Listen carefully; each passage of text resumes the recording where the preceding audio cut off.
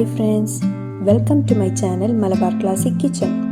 ഇന്ന് ഞാൻ വന്നിട്ടുള്ളത് ഒരു വെറൈറ്റി സ്നാക്കായ ചിക്കൻ ലോഫിൻ്റെ റെസിപ്പിയുമായിട്ടാണ്. നമ്മുടെ വീടുകളിൽ ഉണ്ടാവുന്ന കുറച്ച് ഇൻഗ്രീഡിയൻസ് വെച്ചാണ് ഇത് തയ്യാറാക്കുന്നത്.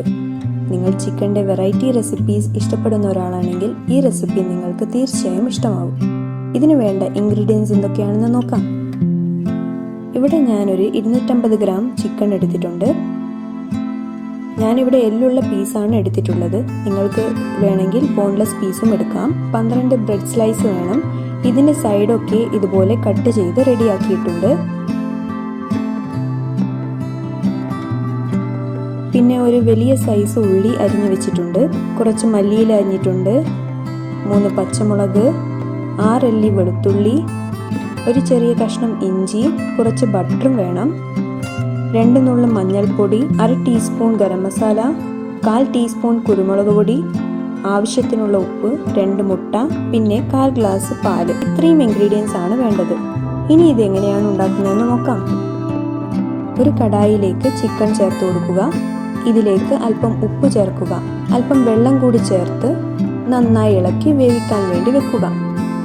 ഈ ഒരു സമയം നമുക്ക് കുറച്ച് ഇൻഗ്രീഡിയൻസ് അരക്കാനുണ്ട്. ഒരു മിക്സി ജാറിലേക്ക് പച്ചമുളക് ഇതുപോലെ 2 കഷ്ണമാക്കി കട്ട് ചെയ്ത് ചേർക്കുക. ഇഞ്ചിയും അതുപോലെ തന്നെ കട്ട് ചെയ്ത് ചേർക്കുക. വെളുത്തുള്ളി കൂടി ചേർത്ത് നന്നായി അരച്ചെടുക്കുക. പച്ചമുളക് ഇഞ്ചി വെളുത്തുള്ളി പേസ്റ്റ് റെഡിയായിരിക്കുകയാണ്. ചിക്കനും നന്നായി വെന്തിട്ടുണ്ട്. ചിക്കൻ എല്ലൊക്കെ മാറ്റി ഇതുപോലെ ചെറിയ പീസാക്കിയിട്ടുണ്ട്. ഇത് നമുക്കൊരു മിക്സി ജാറിലേക്ക് മാറ്റാം. നിങ്ങൾ ബോൺലെസ് പീസാണ് എടുക്കുന്നതെങ്കിൽ നമുക്ക് സമയം ലാഭിക്കാം. ഇനി ഇത് നമുക്ക് അരച്ചെടുക്കാം. അരച്ചെടുത്ത ചിക്കൻ നമുക്ക് ബൗളിലേക്ക് മാറ്റാം. ഒരു കടായിലേക്ക് 2 ടീസ്പൂൺ ഓയിൽ ചേർക്കുക. ഇതിലേക്ക് ഉള്ളി ചേർത്ത് നന്നായി വഴറ്റുക.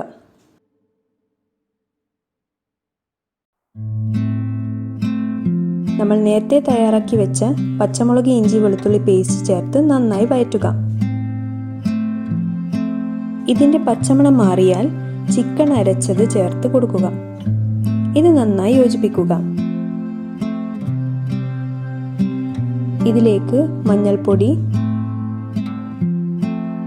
പിന്നെ ഗരം മസാലയും ചേർക്കുക. ഇത് നന്നായി യോജിപ്പിക്കുക.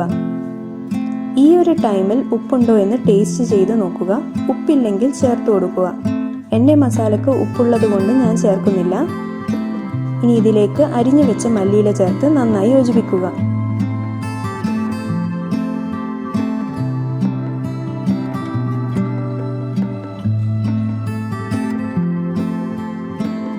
അങ്ങനെ നമ്മുടെ മസാല റെഡിയായിരിക്കുകയാണ്. ഇനി സ്റ്റൗ ഓഫ് ചെയ്യാം. ഇനി ഒരു മിക്സി ജാറിലേക്ക് മുട്ട പൊട്ടിച്ച് ചേർക്കുക.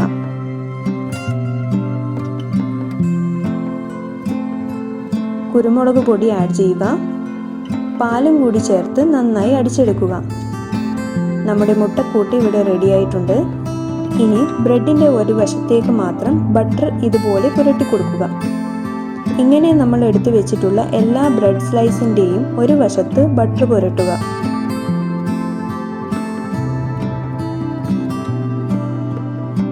നമ്മൾ ഏത് പാത്രത്തിലേക്കാണോ ബേക്ക് ചെയ്യാൻ ഉദ്ദേശിക്കുന്നത് ആ പാത്രത്തിലേക്ക് അല്പം ബട്ടർ എടുത്ത് എല്ലാ വശവും തേച്ച് പിടിപ്പിക്കുക.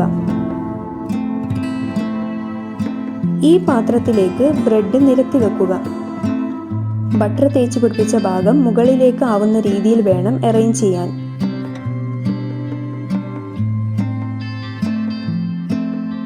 ബ്രെഡ് ചെറിയ പീസാക്കി ഗ്യാപ്പ് മൊത്തം ഫിൽ ചെയ്യുക.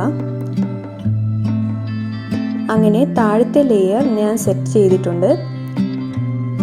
ഇതിൻ്റെ നടുവിലായി മസാല ചേർത്ത് കൊടുക്കുക.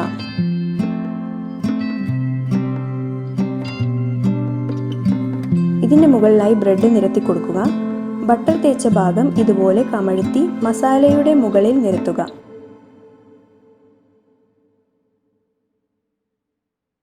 ഇതുപോലെ ഗ്യാപ്പ് മൊത്തം ബ്രെഡ് പീസ് വെച്ച് ഫിൽ ചെയ്ത് കൊടുക്കുക. ഇതിൻ്റെ മുകളിലായിട്ട് മുട്ടക്കൂട്ട് ചേർത്ത് കൊടുക്കാം. എല്ലാ വശത്തും ആവുന്ന രീതിയിൽ വേണം ചേർത്ത് കൊടുക്കാൻ. മുട്ടക്കൂട്ട് മുഴുവനും ഇതിലേക്ക് ചേർത്തിട്ടുണ്ട്. ഇനി മുകളിൽ ഗാർണിഷ് ചെയ്യാൻ വേണ്ടി മല്ലിയില ചേർക്കാം.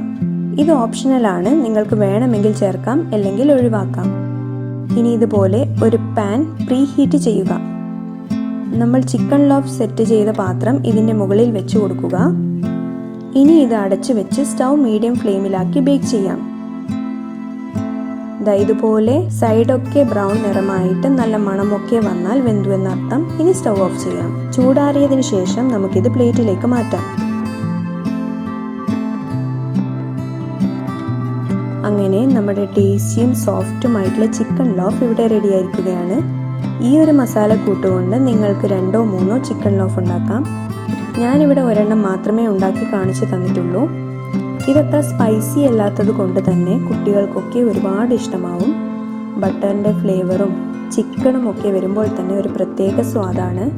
ചെറിയ ചെറിയ ഫംഗ്ഷനിലൊക്കെ ഒരു വെറൈറ്റി സ്നാക്ക് എന്ന രീതിയിൽ നിങ്ങൾക്കിത് ഉണ്ടാക്കാവുന്നതാണ്.